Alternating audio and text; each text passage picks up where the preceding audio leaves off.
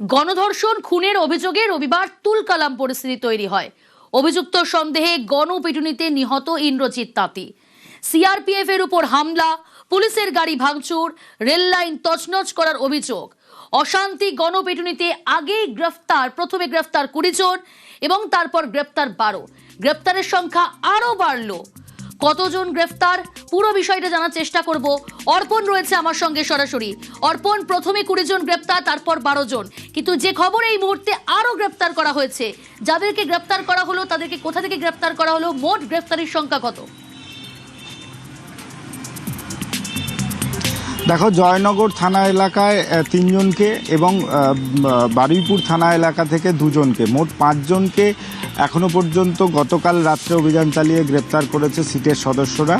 এবং গত পরশু 12 জন, তার আগের দিন 20 জন, অর্থাৎ 37 জনকে এই যে 3টে পৃথক মামলা হয়েছিল, যেখানে অগ্নিসংযোগ, পিটিয়ে মারা এবং রেল লাইন উপড়ে ফেলা বা রেল অবরোধের ঘটনায় 3টে পৃথক মামলা রুজু করা হয়েছিল। সেই মামলায় এখনও পর্যন্ত আজকে সকাল পর্যন্ত 37 জনকে গ্রেপ্তার করা হলো। আজ যে 5 জনকে গ্রেপ্তার করা হয়েছে তাদেরকে বারুইপুর মহকুমা আদালতে পেশ করা হবে এবং নিজেদের হেফাজতে চেয়ে আবেদন জানাবে পুলিশ। কারণ তদন্তের অগ্রগতির জন্য নিজেদের হেফাজতে নিয়ে তাদেরকে জিজ্ঞাসাবাদ প্রয়োজন রয়েছে, এমনটাই মনে করছে তদন্তকারী আধিকারিকরা। পাশাপাশি সকাল থেকেও কিন্তু নতুন করে তল্লাশি শুরু হয়েছে বাকিদের খোঁজে। বেশ, গুন্ডাদের ভুগতে হবে, আগেই কড়া হুঁশিয়ারি শুভেন্দু অধিকারী।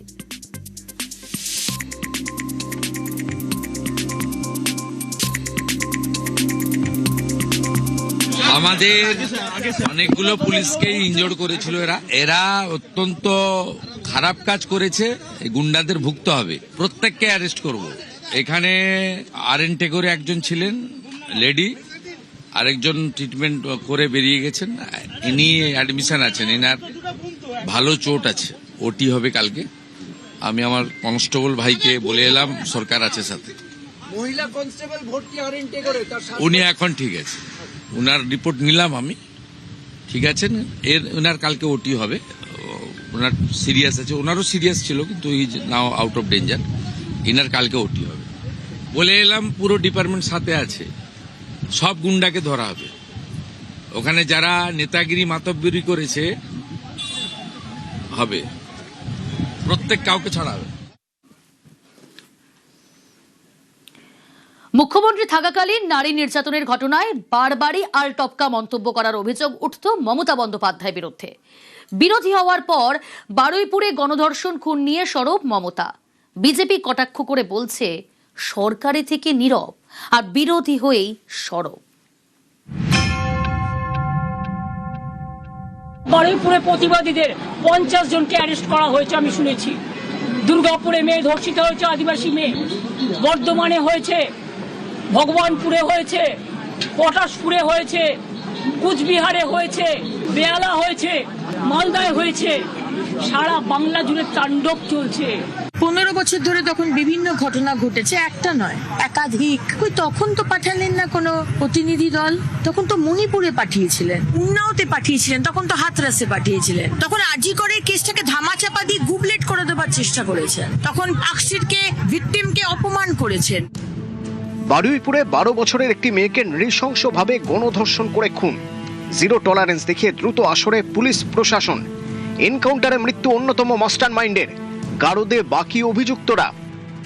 এরা অত্যন্ত খারাপ কাজ করেছে, এই গুন্ডাদের ভুগতে হবে, প্রত্যেককে অ্যারেস্ট করব, প্রত্যেক কাউকে ছাড়া হবে। এমনই পরিস্থিতিতে পথে নেমেছেন প্রাক্তন মুখ্যমন্ত্রী মমতা বন্দ্যোপাধ্যায়। নিশানা করেছেন বর্তমান রাজ্য প্রশাসনকে। বারুইপুরে প্রতিবাদীদের 50 জনকে অ্যারেস্ট করা হয়েছে আমি শুনেছি। দুর্গাপুরে মেয়ে ধর্ষিত হয়েছে, আদিবাসী মেয়ে। বর্ধমানে হয়েছে, ভগবানপুরে হয়েছে, পটাশপুরে হয়েছে, কুচবিহারে হয়েছে, বেহালা হয়েছে, মালদায় হয়েছে। সারা বাংলা জুড়ে তাণ্ডব চলছে। পাল্টা বিজেপি প্রশ্ন তুলছে, তৃণমূল জমানায় নারী নির্যাতনের ঘটনা ঘটলে তখন কি বলতেন মমতা বন্দ্যোপাধ্যায়? তখন কেন প্রতিবাদে সরব হতেন না? কড়া পদক্ষেপ না করে কেন আগেই আলটপকা মন্তব্য করতেন? পার্ক স্ট্রিটে গণধর্ষণ। তৎকালীন মুখ্যমন্ত্রী মমতা বন্দ্যোপাধ্যায় বলেন, সাজানো ঘটনা। মুখ্যমন্ত্রীর মতামতের বিরুদ্ধে গিয়ে তদন্ত চালিয়ে রাজরোষের মুখে পড়েন সে সময়ে লালবাজারের গোয়েন্দা প্রধান দময়ন্তী সেন।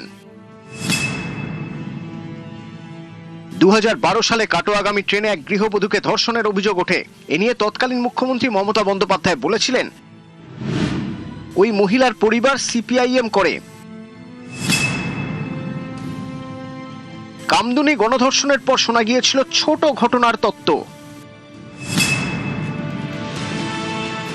এত 10 কোটি লোক, কোথাও যদি ছোট একটা ঘটনা ঘটেও সেটাকে আমরা সমর্থন করি না, নিন্দনীয় আমি সবসময় করি।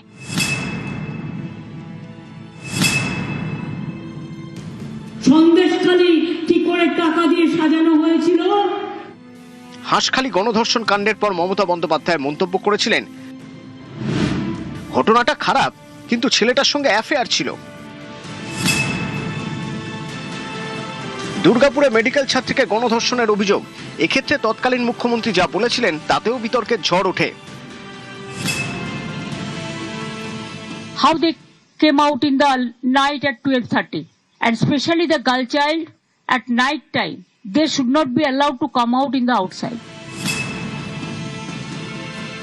আর্চি করে নৃশংস ঘটনাকে ঘিরে যখন উত্তাল গোটা দেশ, তখন তৎকালীন মুখ্যমন্ত্রীর আহ্বান, এবার উৎসবে ফিরুন। 1 মাস তো হয়ে গেল, আজকে 9 তারিখ, 1 মাস 1 দিন। আমি অনুরোধ করব ফিরে আসুন, উৎসবে ফিরে আসুন। এসব দেখেই অনেকে প্রশ্ন তুলতেন, খোদ রাজ্যের প্রশাসনিক প্রধান যদি এমন মন্তব্য করেন তাহলে আর কি তদন্ত হবে, বিচারই বা কি করে মিলবে। আর্চিকর কসবা ল কলেজের ক্ষেত্রে তো তদন্ত ধামাচাপা দেওয়ার অভিযোগও উঠেছিল মমতা বন্দ্যোপাধ্যায়ের প্রশাসনের বিরুদ্ধে।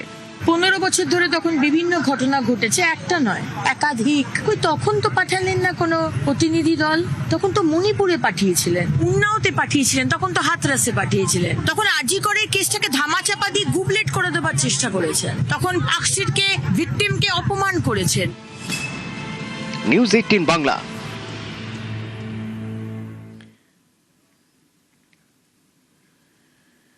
বারুইপুর এনকাউন্টার নিয়ে প্রশ্ন তুলছেন তৃণমূলের নেতারা, অথচ তৃণমূল জমানায় তাদেরই শীর্ষ নেতাদের মুখে শোনা গিয়েছে এনকাউন্টার দাওয়াইয়ের কথা। আমি দেবজিৎ বাবুকে বললাম যে আমি আপনাকে স্যালুট জানাই যে আপনি কিছু করেননি। আপনার জায়গায় যদি আমি থাকতাম, আমি এখানে শুট করতাম মাথার উপরে। কেউ যদি ধর্ষকও হয়, কেউ যদি মার্ডারারও হয়, তার ট্রায়াল হবে, এটাই তো বিচার ব্যবস্থা। একটা রুল অফ জঙ্গল আর রুল অফ ল এর মধ্যে এটাই তো পার্থক্য। বুলডোজার রাজ আর এনকাউন্টার রাজ চলবে, আর বিজেপির মানুষ ধেই ধেই করে নেচে বলবে এটাই বিচার।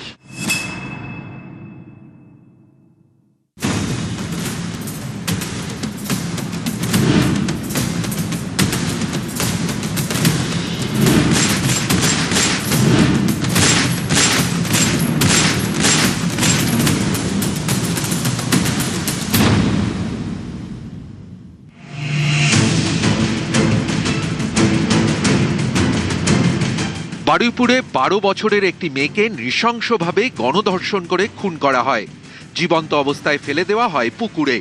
এই ঘটনার অন্যতম মাস্টারমাইন্ড প্রভাস মণ্ডলের মৃত্যু হয়েছে এনকাউন্টারে। এই মামলায় প্রশাসনের তৎপরতায় খুশি নিহত নির্যাতিতার পরিবার, যদিও এই এনকাউন্টার নিয়ে প্রশ্ন তুলেছেন তৃণমূল নেতারা। সোশ্যাল মিডিয়ায় মহুয়া মৈত্র লিখেছেন, নতুন বাংলায় আপনাদের স্বাগত। উত্তরপ্রদেশ 2.0, রাজ্য সরকার নেই, জঙ্গল রাজ। সকালে প্রাণটা জমা হলো আর বিকেলের মধ্যে প্রাণটা খরচ হয়ে গেল। মুখ্যমন্ত্রী তো এটার আগেই ঘোষণা করে দিয়েছেন, তাই এটা কি প্ল্যান ছিল? কেউ যদি ধর্ষকও হয়, কেউ যদি মার্ডারারও হয়, তার ট্রায়াল হবে, এটাই তো বিচার ব্যবস্থা। একটা রুল অফ জঙ্গল আর রুল অফ ল এর মধ্যে এটাই তো পার্থক্য। তাহলে আপনারা যারা অভিযুক্ত আছে তাদের সবাই আপনারা চৌরঙ্গিতে ব্রিগেড প্যারেডে আপনারা ফাঁসিতে লাগিয়ে দিন উইদাউট ট্রায়াল। एनकाउंटर डेथ कोई कानूनी व्यवस्था नहीं है। कोई एक्यूज्ड है तो उसको कोर्ट में प्रोड्यूस करना पड़ेगा।